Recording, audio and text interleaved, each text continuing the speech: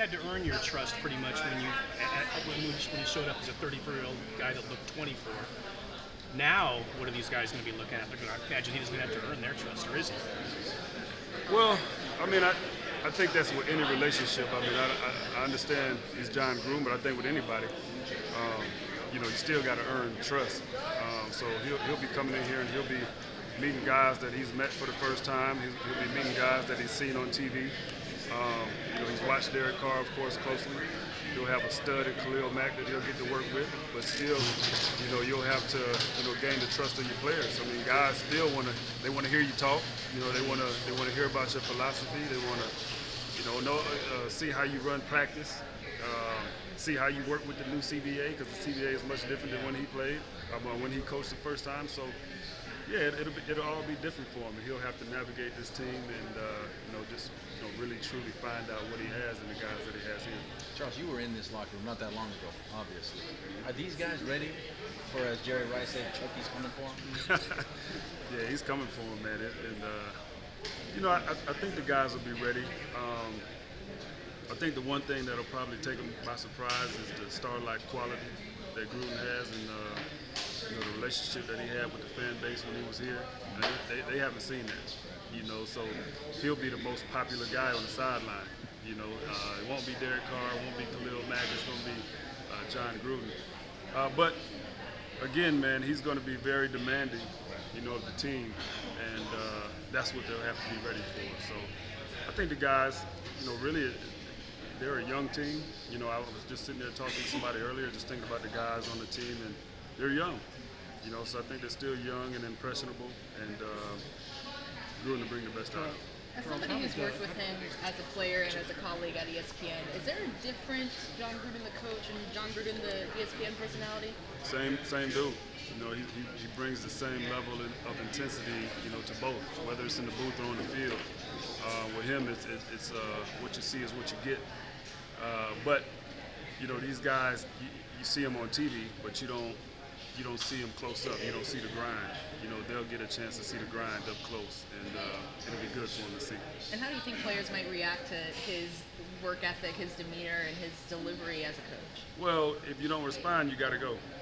And that's going to be the bottom line. I don't think Gruden's going to come in here favoring or babying anybody.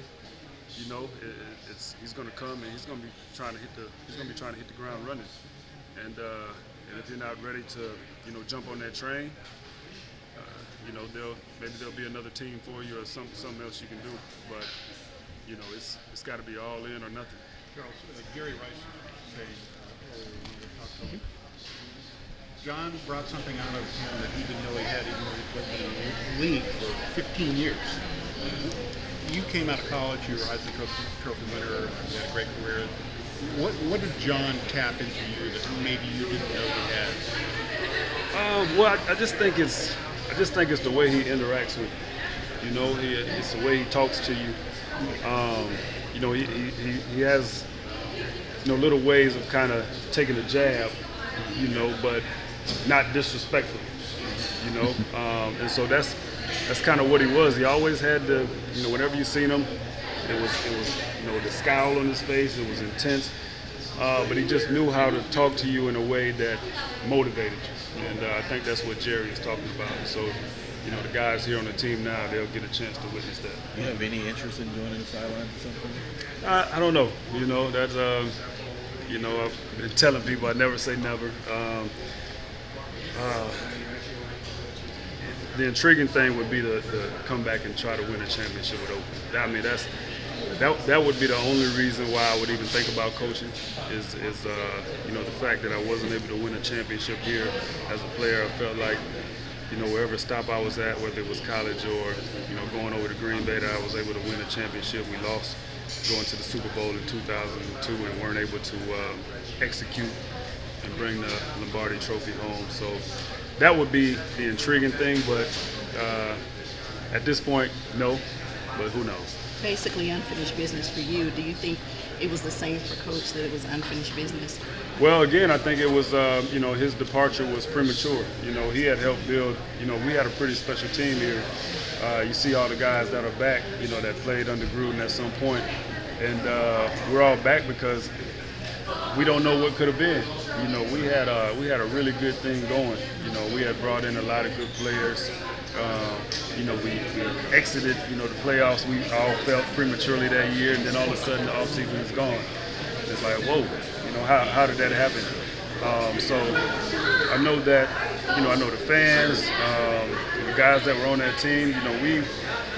We all would have. We wish we could know what could have happened, you know, way back when.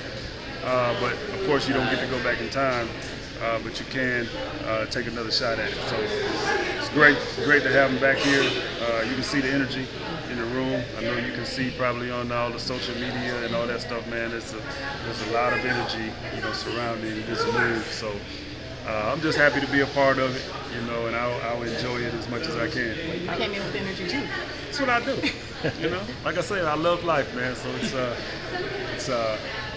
the Raiders organization is a special organization. You know, there's a couple, 2-3 organizations in the NFL that are like that, and Oakland is one of them. There's been a comparison made of when Steve Kerr came from the TV. Say it again. When Steve Kerr came from the TV booth, he joined the Warriors, and Gruden's basically doing the same thing. How much of an edge do you think that gives him, being able to study the league so closely? Well, I mean, I think you look at the roster. Kerr came into a pretty talented roster. I mean, I don't think TV helped him, you know, as much as we would think. You know, he came in with best three-point shooter of all time, and then he had Clay, and they had a you know, pretty good roster. So Gruden will have the same thing. You know, he'll have some things to build on. He'll have one of the best offensive lines in the game, you know, to work with. He'll have a young quarterback who's still growing and maturing into you know, one of the better quarterbacks in the league.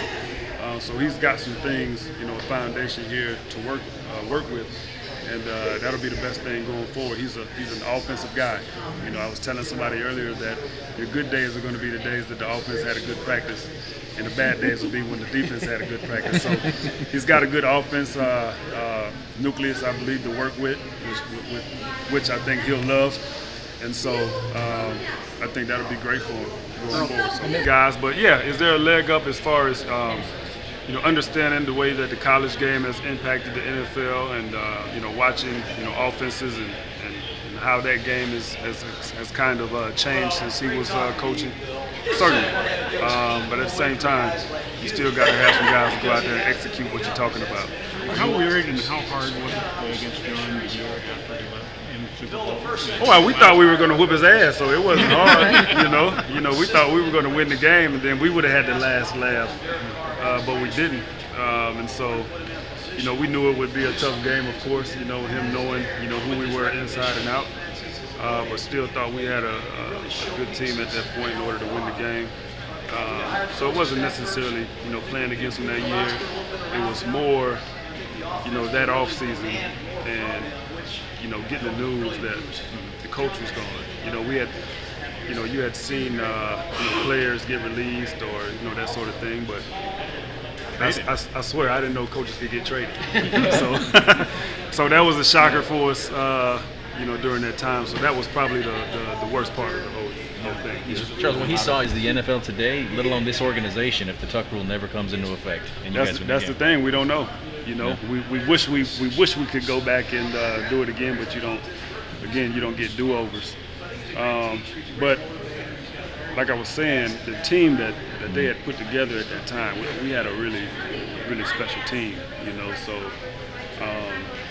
you know, it's just one of those things. Woulda, coulda, shoulda. You know, but you'll never know.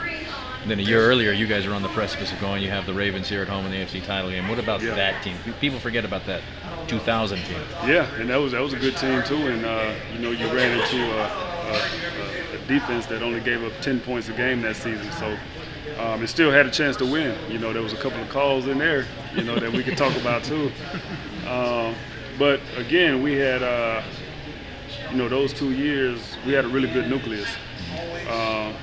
And you know, had he came back that year after the Tuck rule, who knows? So you never know. There's been a lot of talk about Carr and offense, but what do you looking for from the defensive side of the ball? Well, you know, he talked about the D coordinator that he brought in. And like he said, Cincinnati had a talented defense. They had some players on the defense and attacking defense, tough defense. So Gruden is he's going to bring somebody in that can control that side of the ball and allow him to, as an offensive-minded coach, not saying that he won't have anything to do with the defense, but he'll concentrate on how to move that ball down the field and put the ball into the end zone. So the coordinator, Gunther, take that defense, man, mold it into what we needed to be, and complement us on offense. Get the ball back for us. I don't think there was enough of that this year, of course, getting the ball back, for the offense. So get the ball back for us, let us do our thing, and if that happens, it'll be just fine. The celebrity, that stuff ain't going anywhere. He was that way when we were here. He was the face of the franchise. And we all understood it. The fans loved him, and it's gonna be the same this time around. But you can join it, you can enjoy it, and you can embrace it, and you can help that push you to the next level. That should be fun for guys. To have people so enthusiastic about your coach.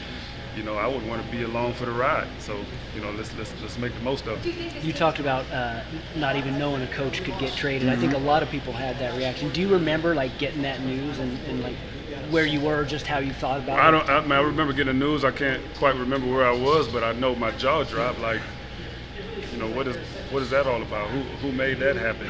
Was he trying to get out of here? Right. So it's so many questions, and so yeah, it kind of hit us all by surprise, and it's kind of like back to the drawing board as far as your head coach is concerned. And like I said, we had a good team, at the time, and all of a sudden you got to go back into the next season with a new coach. So yeah, it was different. After everything that's happened, how nice is it to sort of see him back here and sort of taking over the Raiders again? It's great, man, because it's excitement. I mean, you can feel the energy. There are a few people, that draw that type of energy, in any sport and in any walk of life. So it's great to see, man. It'll be fun. It'll be a fun ride, for the guys that are here. But like I said, it's time to go to work. The guys got to be ready to work. Thanks for your time. Yeah, man.